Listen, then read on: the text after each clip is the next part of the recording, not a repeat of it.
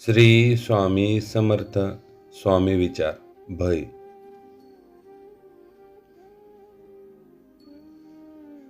स्वामी समर्थ महाराजांचे भयविषयक विचार. जिथे श्रद्धा दृढ असते तिथे भय टिकत नाही. मनात परमेश्वरावरील विश्वास असेल तर कोणतीही परिस्थिती धोकादायक वाटत नाही. ज्यावेळी आपल्या मनामध्ये श्रद्धा असते त्यावेळी आपल्या मनात भय राहत नाही. मनात परमेश्वरावरील विश्वास असेल तर कोणतीही परिस्थिती धोकादायक वाटत नाही.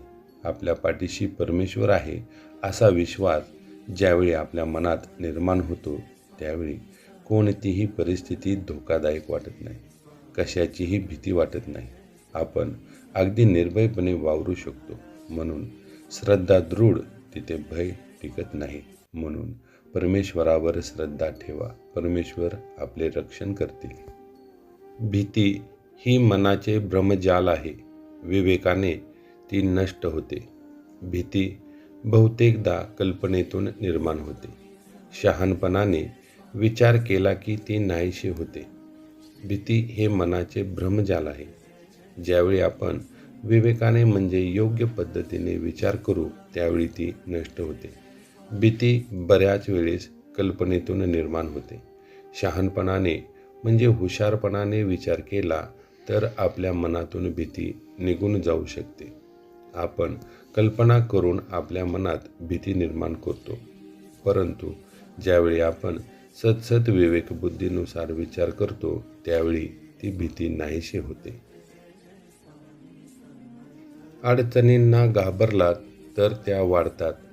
सामोरे गेलात तर संपतात. समस्यांना सामोरे जाणे हेच भयावर विजय मिळवण्याचे साधन आहे. अडचणींना घाबरलात तर त्या अडचणी वाढत जातात. परंतु त्या अडचणींना सामोरे गेलात तर त्या संपतात. समस्यांना सामोरे जाणे हेच भयावर विजय मिळवण्याचे साधन आहे. समस्या कोणतीही असो त्याला न घाबरता ती कशी सोडवायची या दृष्टीने विचार केला तर ती समस्या आपोआप सुटते आणि आपल्या मनातील भय निघून जाते. पराक्रमवान तोच ज्याने स्वतःच्या भीतीला जिंकले. इतरांवर विजयापेक्षा स्वतःच्या भीतीवर विजय मिळवणे श्रेष्ठ. तो व्यक्ती खरा पराक्रमी असतो जो स्वतःच्या भीतीवर विजय मिळवतो. इतरांवर विजय मिळवण्यापेक्षा स्वतःच्या मनातील भीतीवर विजय मिळवणे केव्हाही श्रेष्ठ असते. म्हणून स्वतःच्या भीतीवर विजय मिळवा.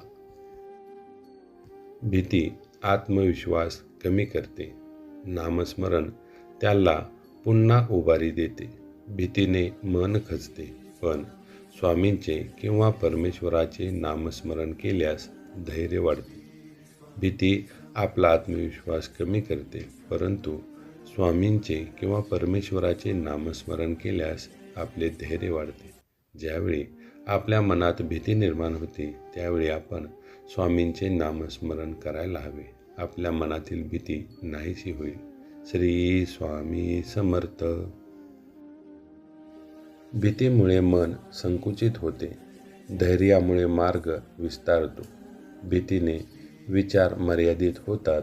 धैर्याने नवीन मार्ग दिसू लागतात. आपल्या मनात भीती असेल तर आपले मन संकुचित होते. आपली विचार करण्याची शक्ती खुंटते. परंतु धैर्याने नवीन मार्ग दिसू लागतात.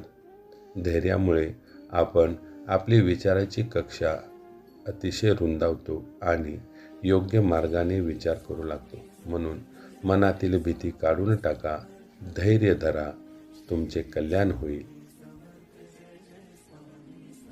ज्याला सत्याचा आधार आहे त्याला भय वाटत नाही.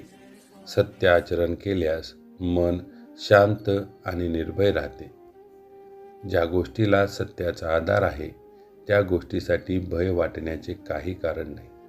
म्हणजे जो सत्याने वागतो त्याला भय वाटत नाही. सत्य आचरण केल्यास मन शांत आणि निर्भय राहते. मन कशालाही घाबरत नाही.